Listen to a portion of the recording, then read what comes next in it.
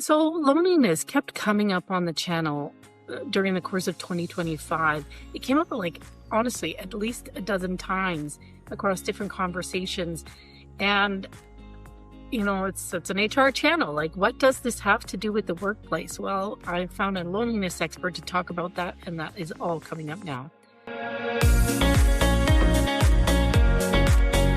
Hi there, I'm Andrea Adams. This is the HR Hub, and on the show we talk about anything related to HR. I encourage you to please subscribe to the show or to the podcast to learn from my fantastic guests. So today my guest is Ryan Jenkins. Ryan's a Wall Street Journal best-selling author, most recently of a book called Connectable. He's also an internationally recognized speaker.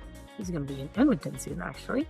And he spent a decade helping organizations understand why employees are feeling disconnected and what to do about it. Hi, Ryan. How are you? I'm doing great. How are you? I'm good. Looking forward to this. Like, it has just come up so many times that, it's high time I, have this conversation on the channel. So I do keep hearing about loneliness over and over.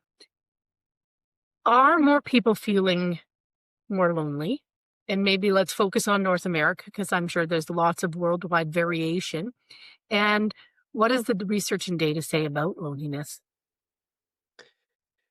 Are we feeling more lonely? I would say yes, we are, but it's a universal human condition, right? We all experience loneliness. So this isn't new, but now more than ever, connection is neglected like never before. We've always needed human connection. But there's more things that seem to be getting in the way and becoming a barrier. And unfortunately, loneliness is still shrouded in so much shame, right? To where if we're experiencing it, we're not going to talk to others about it. We're not going to talk to our employers or anyone else. So we tend to keep it close to the vest. But when you start having conversations about it, and like you've experienced, and the topic keep coming up for this podcast, all of a sudden people really want to talk about it because it's something we all experience. And something important to keep in mind is it's helpful. It's a signal. It's not shameful. It's literally a signal. It's a signal that you and I belong together. As humans, we are wired to be in social connection and to be part of the tribe. So we should think of it that way. If we are experiencing it, we should just know that, hey, I need to do something about it because this is my body telling me I need to be in connection with others. And if we look more broadly at the data, as you mentioned, the percent decline of face-to-face socializing across the globe, no matter your generation, your age, your income bracket, your race, marital status, doesn't matter. All of it is in steep decline. And that makes sense, right? We have so many wonderful tools at our disposal, so we're not interacting face-to-face as much, and it's having a deep impact on our well-being. And I think the last thing I'll mention in response to your question is we're just seeing this renaissance of neuroscience, and we're starting to understand more about isolation and loneliness and how it actually impacts our physical health, how it impacts how we show up at work. And so all of this is kind of coming together and it's coming to a head. And then certainly the pandemic put a big spotlight on why this is so important. And we're starting to finally get our hands underneath it. And then I'm doing my darndest to give folks strategies to navigate it effectively. Yeah. I remember seeing it come up a long time ago, actually, in some Harvard study, maybe, where they were following a group for this really long time, and the people that were healthiest and lived the longest were the ones who were connecting. And so that's when I started paying attention to this a long time ago. But it is a societal issue. It's like, this isn't a workplace issue. So why should workplaces care? Like, why should HR care? Yes. And I think the study you're mentioning, or referring to there, is called the Study of Adult Development, done by Harvard University. And it's the longest study of adult development ever conducted. It's been going on for over 85 years. They've studied over 2,000 people across their entire lives. And you nailed it. They've recently come forward and said they finally have discovered the definitive answer to a long and healthy life. It's not sleep. It's not exercise, not diet, not cold plunges, as many might suspect. Yeah. It's actually our social connections. And so, again, human connection, not new, but it's neglected in a way now more than ever. And we need to turn our attention back to it. But back to your question around workplaces, recently they did some research where they wanted to figure out, how does exclusion show up in our brains? And so they took a group of Oh. individuals and they put them through an experience of exclusion. And as you can imagine, their brains lit up, and that wasn't surprising. What was surprising was it where it lit up inside their brain. So it was actually the same part of the brain that was lighting up when they were experiencing exclusion from a group. It was the same part of the brain that registers physical pain. So what we can deduce from this research is that if we're being excluded from our team, if we're feeling a sense of disconnection at work, we are distracted at best or debilitated at worst, because our brain is treating it as if we're being physically harmed if we're excluded, if we're feeling detached from our Mhm. teams. And so I kind of use this analogy to where, if you or someone you know showed up to work with a bleeding appendage, and they looked to their leader or their coworker and said, "Oh my gosh, look at this. Can you believe this?" And their coworker just said, "Oh, don't worry about that. Just get to work." There's no way you're getting to work, right? Your brain is in triage mode, and you have to tend to that bleeding appendage before you can deliver effective and exceptional work for your team members, clients, customers, etc. So the same thing is true with these invisible ailments like loneliness and disconnection. We have to tend to it if we're going to show up fully for those around us. Yeah, it's just all of these things, angles are sort of coming together in my brain around, well, diversity, equity, and inclusion, um, around psychological safety, which helps people feel a sense of safety, and then which is a platform to feel connected. Like, there's just so many pieces that I've been talking about over the years that sort of come together in this conversation. Um, but how Like, how do we so you've got that that analogy of someone coming to work with a bleeding appendage.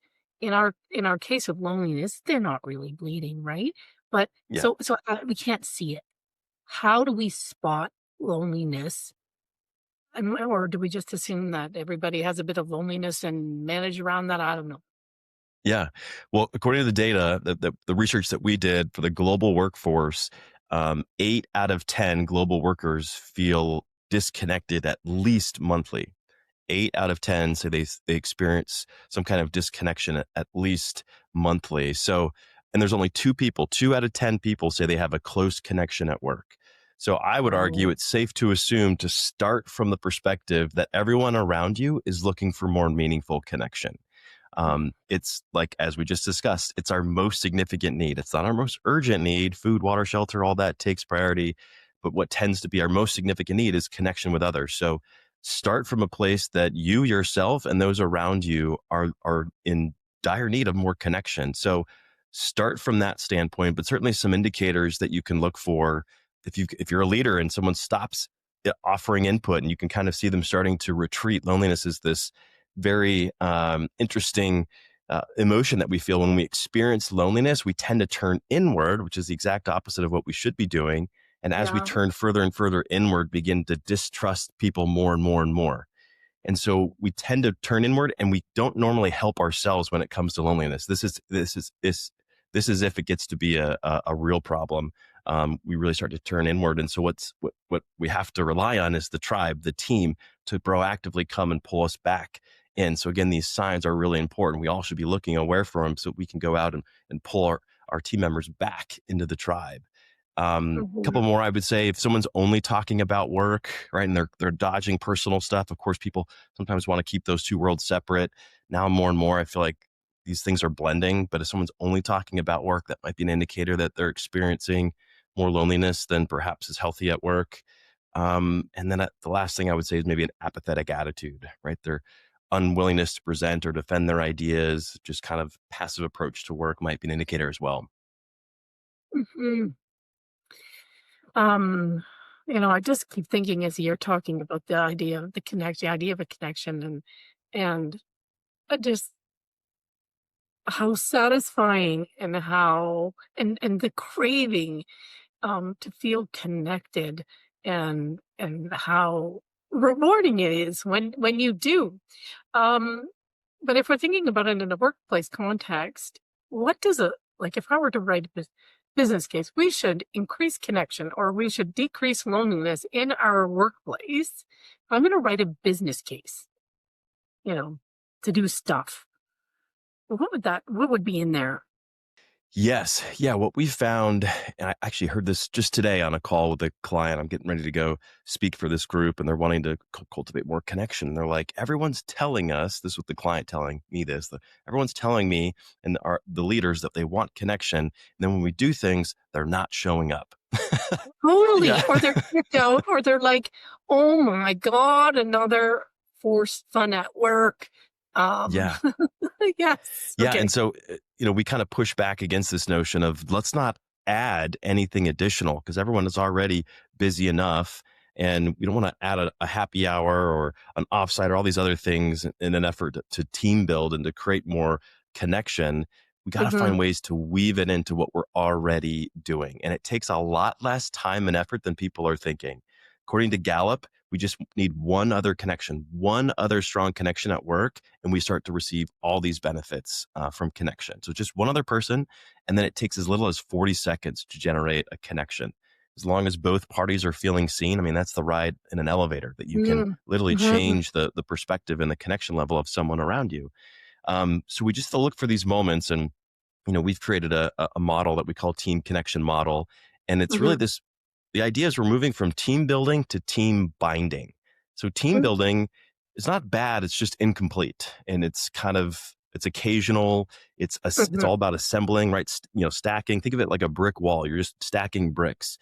And that can be effective, but it's incomplete. Whereas team binding is the mortar between the bricks. It's really what solidifies you. It's what brings you together, makes you resilient. It's not about assembling. It's about strengthening. And we have to, this isn't in addition, this is just finding those moments throughout your day to constantly keep reinforcing connection. So the three things we teach in our model is first is see, right? We have to Mm-hmm. know each other. So just the finding practices to start to get to know the folks that you're working with day in and day out.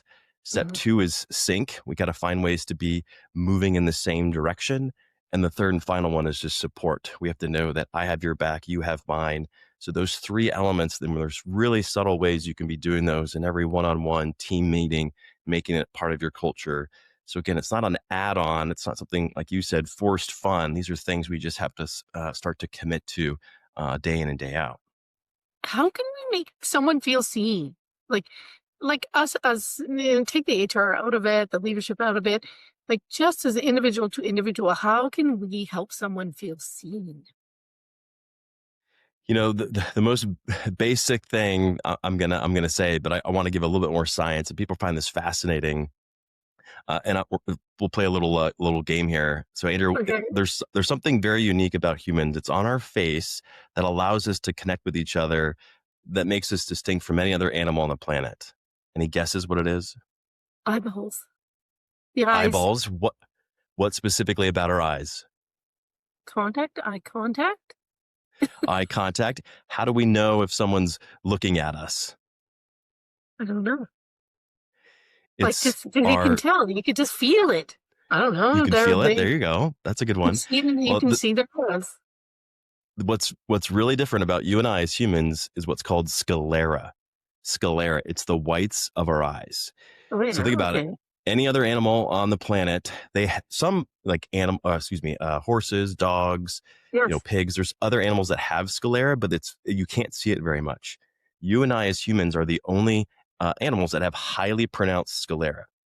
Now, this is really fascinating because from an evolutionary standpoint, that's not helpful. For you and I, it would be much more advantageous for you and I as a species if we didn't Mhm. have sclera, because we could disguise our exit path or what source of food we were going to eat and keep ourselves protected from predators. But no, no, no. We decided, our species said, you know what? We're going to develop sclera so that we can telegraph that someone has our attention, that we are in the moment together.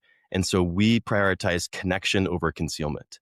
And so this is a big deal. And it's no surprise to me that the animals that have drawn closest to humanity are dogs. And dogs have sclera. It's really recessed.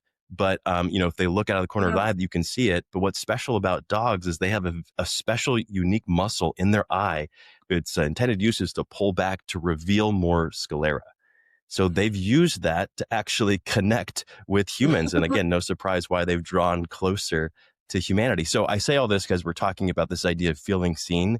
Do Yeah. not underestimate the power of just uninterrupted eye contact and giving someone your full presence.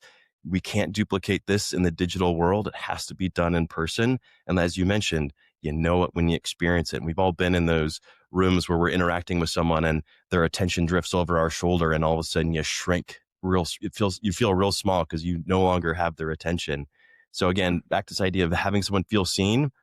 See him, use your eyes, and use our evolution to actually, tell them that you have our attention and we are connected in that moment. There's a lot of stigma around being lonely. Can you share any tips about reducing the stigma of being lonely? Like, would we just be better off if we would just talk about it, but we don't because stigma? Yes, yeah, it's certainly a protection mechanism, right? To where we certainly don't want to reveal it to others because we then risk ourselves of ostracizing or alienating ourselves further. And especially at work, we don't want to communicate that because then all of a sudden it makes us highly vulnerable as well. And it gives the sense that, I'm not desired. And so why am I going to communicate that? And I'll share an example. When I was writing the book about writing Connectable and talking about loneliness, every time I brought it up, people would just open up so much. And it was just like, oh my gosh, yeah, I experienced this. But it only happened when it was one-on-one. When I would bring it up in larger groups, people wouldn't really expose it that much. And so I think there's something very telling there. And when I published the book, my publisher wouldn't. They were pushing back hard to not have me put loneliness in the title. I wanted to put it in the subtitle, and they thought, no, we're not going to do that.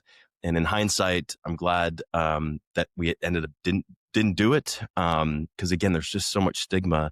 So I think in the context of work, we can frame it. We can frame it otherwise. We can frame it like, hey, I'm just feeling disengaged. Or flip it to the positive. Hey, I want to be more engaged with you or the team. I want to get more in sync. We can use some of these more positive or widely accepted terms to kind of communicate that we're looking for more engagement or closeness at work. And then, in our personal lives, again, usually one-on-one conversations, you'll be amazed at how many people will open up because they have the same experience. It's a universal human condition. So with some close confidants, think about maybe having that conversation if that's something you do want to explore, you do want to unpack, something to consider. Yeah, because it is such a universal condition. It was like shame. Brene Brown broke the barriers around talking about shame, and you're sort of working on breaking the barriers around talking about loneliness. I want to say one other quick thing, Andrew. I think this would be helpful for listeners. This was maybe the biggest aha moments that folks have told me from the book and from keynote speeches that I do is this concept. And I'm going to tee it up with a beautiful quote by the late actor and comedian Robin Williams. Here's what Robin Williams said about it. He said, "I used to think the worst thing in life was to end up all alone. It's not. The worst thing in life is to end up around people who make you feel all alone." So big difference there. So here's the difference. This is what Robert Williams understood well, is that loneliness is not the absence of people, but rather it's the absence of connection. So often people get that wrong. We work with so many clients and that are trying to build more connections. So they just think, oh, let's just get everybody back together. And that's part of a solution, but it takes a little bit more effort to actually build some of those connections once you actually get together. I feel like when you were talking about that, it's like when you feel lonely amongst people, it's even worse. Yes. Than feeling lonely by yourself at home or something like that.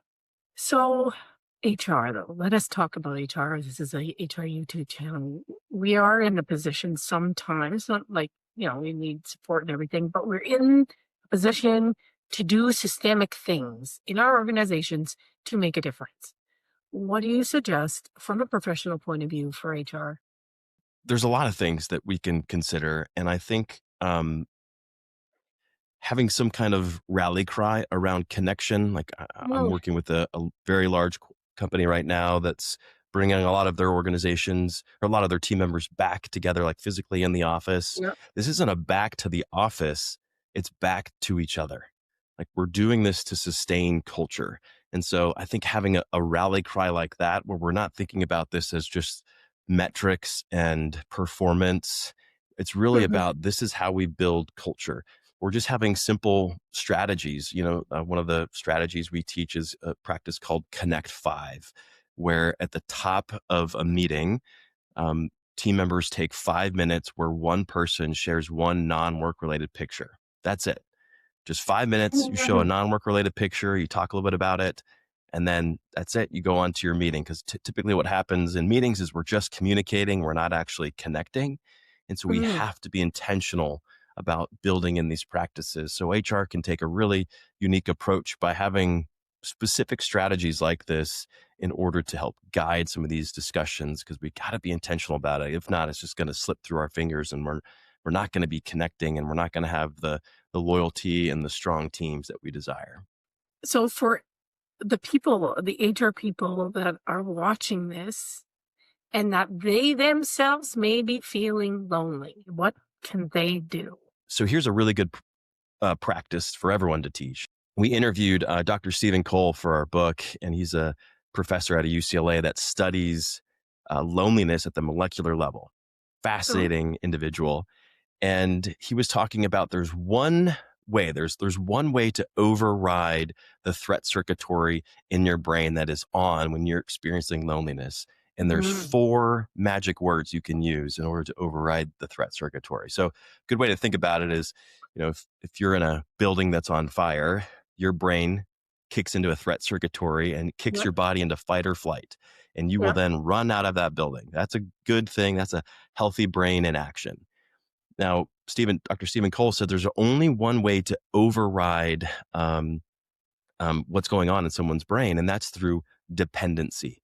Dependency. So if you run out of that burning building and all of a sudden you remember, oh my gosh, there's something in that building that's dependent on me, you will override that threat circuitry and run back into the house that's on fire.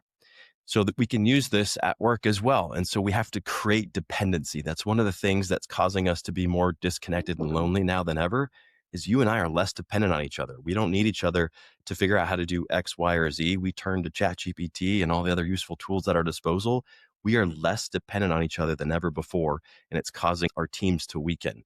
So those 4 words we can use to enact, to spark more connection on a team. Those 4 words are, I need your help. I need your help. Hey, so and so, you don't have to tell them that they're exuding disconnection or lonely behaviors. You just say, hey, we need your help. You're an important part of this team. X, Y, and Z, and we've got this high, lofty goal and all these objectives we need to accomplish. We need your help. Get on the team. Let's go together. And so that sense of dependency can help kickstart someone out of loneliness and get back on the team, because no longer are they thinking about themselves and how lonely they are. They're thinking, oh my gosh, this team is dependent on me. I got to show up. I got to get involved. I probably should have led with this, but I'm actually an introvert. And so people find that jarring that an introvert wrote a book about connection. That's what they say, right? Authors write the books that they themselves need to read. Oh. And so I'm an introvert. So all my fellow introverts out there, just know this isn't an extrovert telling everyone to connect more. And so I'm someone that naturally resists connection. So I have to follow my own strategies. And one of those strategies is to break the script. At least here in the US, our social script is, how's it going? We're constantly telling people, hey, how's it going? We're not actually wanting to know how is it going with them. Yes. It's Yes. just a courtesy hello. So we just fall into these scripts and we just kind of, banter back looks and waves, and we're not actually curious about what others are doing. So every Mm. time I'm in an elevator, I do this, and I find myself in a lot of elevators because I travel a lot and speak and consult. And so every time I'm in an elevator, I have no phone. I'll look at the other individual. I'll be like, how's your day going? That's it. Just a little, it's not how's it going, it's how's your day going.